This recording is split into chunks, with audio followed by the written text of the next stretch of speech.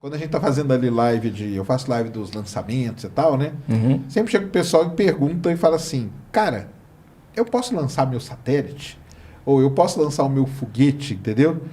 Eu dou a resposta sim, cara. Vamos dizer assim, pelo que eu conheço lá de fora, né? Cara, se você tiver bilhões de dólares, tipo um Elon Musk, faz, cara. Só que você vai ter que ter muitos bilhões para poder queimar tudo isso e um dia dar certo, entendeu? Mas não é só isso, né? Não. Então explica pra gente. Se eu quiser lançar o cara que tá assistindo aqui fala, cara, eu quero lançar um satélite. O que ele tem que fazer? Beleza. Não, vamos fazer da parte burocrática primeiro. Da parte burocrática, depois a parte técnica, isso. Cara, primeiro de tudo, né, vai ter que ter um envolvimento, querendo ou não, com a parte do governo. Tem que ter. Tem que ter. Não tem como. Você não pode pegar uma placa aqui e falar assim, amanhã fecha o espaço aéreo aí porque eu tô subindo. Mas isso eu não entendo, existe um porquê. Então vai lá. Porque a gente é cercado de milhares de corpos aí que estão flutuando ao redor da Terra. Tudo. Essa parte em órbitas diferentes, né? Então são satélites de comunicação, são satélites de verificação meteorológica, são tudo, né? Lixo de aplicações espacial, direto, inclusive lixo espacial da época do programa Apollo, programa Gemini, que ainda estão orbitando aí até hoje. E a Estação Espacial Internacional, que é habitada. Então, se você botar qualquer coisa no espaço, você está correndo o risco de colidir com algum desses corpos. Exatamente. Então, não é simplesmente assim, hoje eu quero botar um satélite no espaço. Tirando o fato de tirar do chão e levar até o espaço, vamos considerar que já está lá. Então, se eu levar e já botar lá no espaço, eu não simplesmente posso colocar, porque eu tenho que verificar se a rota em que eu vou colocar não vai ter nenhum problema de sincronismo, de colisão com algum outro corpo ali. E isso no Brasil, quem te fala é a agência espacial? É o contato certo. O contato certo seria via agência espacial.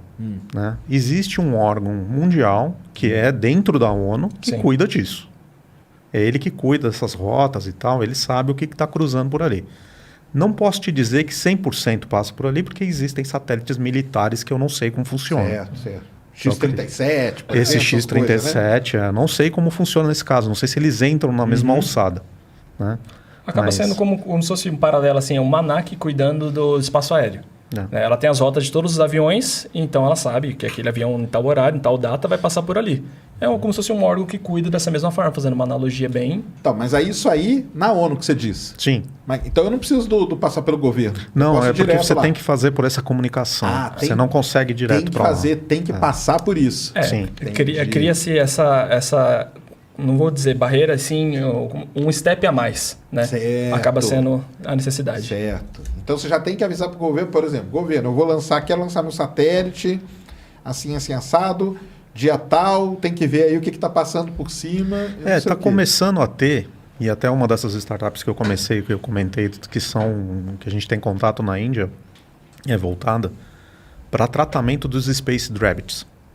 Que são detritos que vão ficando lá no espaço com o passar do tempo. E o conceito deles é justamente coletar esses Space Rabbits. Que a NASA, a própria ESA... você fala de limpar a órbita, isso, né? Eles monitoram esses Rabbits que estão lá para poder fazer a alocação de órbita para algum outro corpo que vai entrar, para não haver colisão e mesmo para poder manter a integridade da ISS. Então... por isso você precisa saber aonde você vai colocar.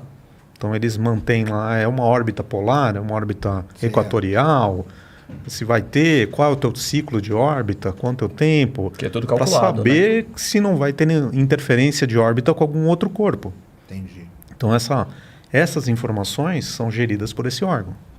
Então isso é a primeira coisa. Mas aí já passei pelo governo uma vez, né? Sim. Avisei lá. Aí veio a aprovação. Aí tá beleza. Aí se você tá tudo certo... E aí? Aí vem o go no go, né? Aí você põe no espaço. Entendi. Aí entra os outros dois parâmetros lá, que você tem que ter um local para você sair e muito dinheiro também envolvido. Ou muito dinheiro para você construir a sua Starbase aqui no Brasil, que é o que o Elon Musk está fazendo lá, né? Exatamente. Ou se você não tiver, você teria que usar alguma instalação governamental, no caso. E o próprio Elon Musk sofre muito com essa regulamentação, com a FAA. Exatamente. Mas aí ele vai no Twitter, cara, e detona os caras. Ele vira e mexe, ele é impactado pela FAA lá, quando ele quer fazer algum lançamento lá de Boca Chica. Acabou de fazer, ué. Tanto que o SN20 ficou pro ano que vem, um pouco por causa do relatório ambiental, lá de impacto ambiental dos caras, entendeu? Porque... uma coisa é lançar, né? Vai cair no mar, vai cair outro, vai cair lá no Alasca, parece, entendeu? Tem que ter todo cuidado, não tem jeito. Tem que ter tudo isso, né?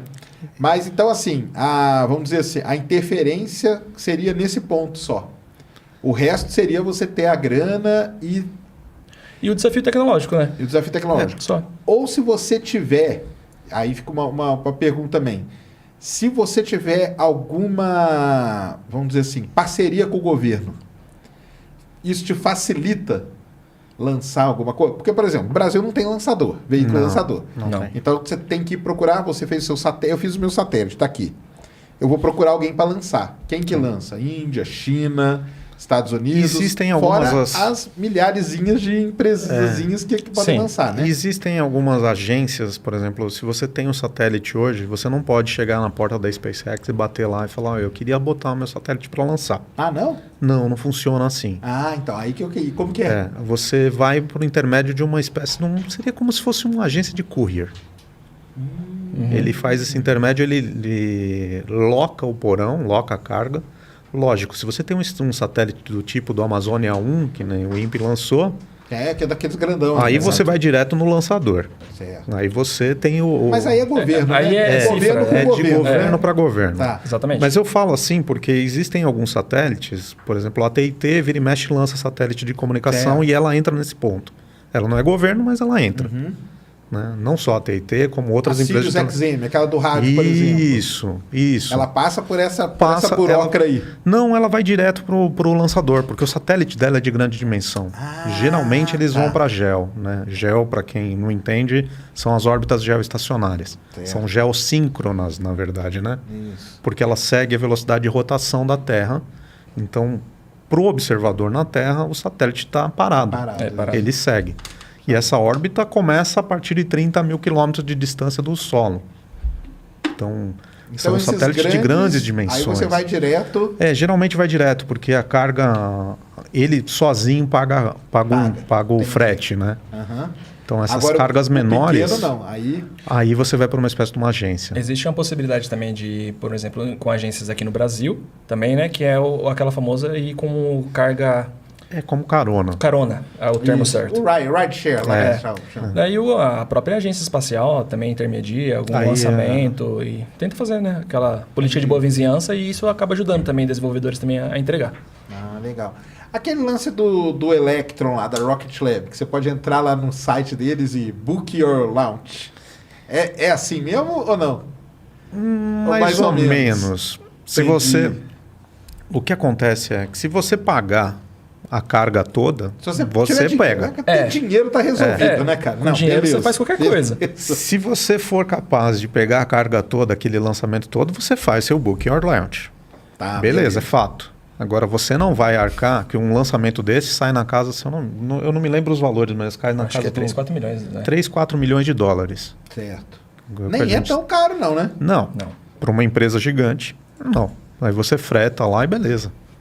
Agora, se você é um cara que tem um CubeSat pequeno, você vai ter que ter a disponibilidade de espaço. Ou seja, você pode entrar no seu Book Your Launch... E de voo.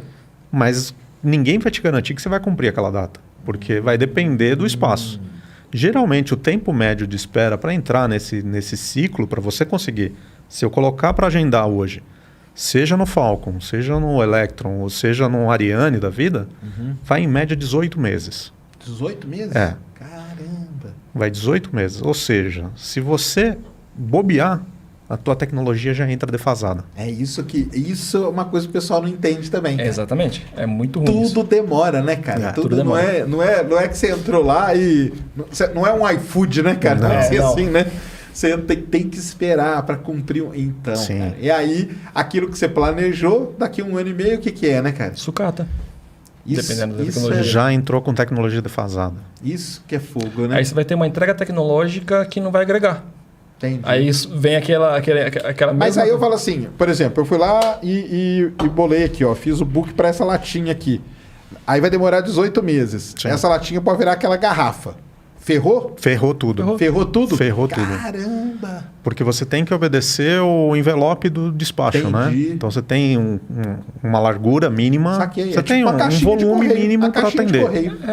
É como se você tem X quilos, né? Se você está compondo aquela massa como carga, aí você não pode optar. Agora, uma vez que você tem o dinheiro, você fala, ó, fecha, A fecha é meu. só vai lançar esse cara. Aí você sobe a hora que você quiser. Pô, em 1 ano e meio muda coisa pra caramba. Muda tudo. Muita coisa. Muda miniaturização de componente, capacidade do CCD de câmera, capacidade de recepção e transmissão de antenas. Sim. A 1 ano e tecnologia meio evolui. é quase 2 iPhone que lança, a Apple lança por aí Muda nos muita 18 coisa. meses. Isso pro mercado de eletrônico é É um negócio, é muito tempo, né, cara? muito tempo. No mercado de altíssima tecnologia, isso cara, é como se passasse um século. Tá vendo, pessoal? Então não é assim, cara.